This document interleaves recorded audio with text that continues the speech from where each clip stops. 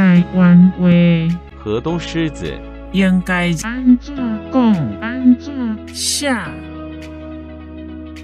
好爸母，内容是从教育部台湾闽南语常用词词典引用，释义母老虎、河东狮子，用来称呼脾气很坏、又凶又霸道的女人。用例：因翁仔某一个好爸母，一个雷公性，唔知安怎斗阵。他们夫妻俩一个凶悍，一个暴躁，不知怎么相处。请支持我，点击 subscribe， 然后再单击小铃铛，也不要忘了转发给您的朋友圈。谢谢，请点击下面观看同一系列的影片。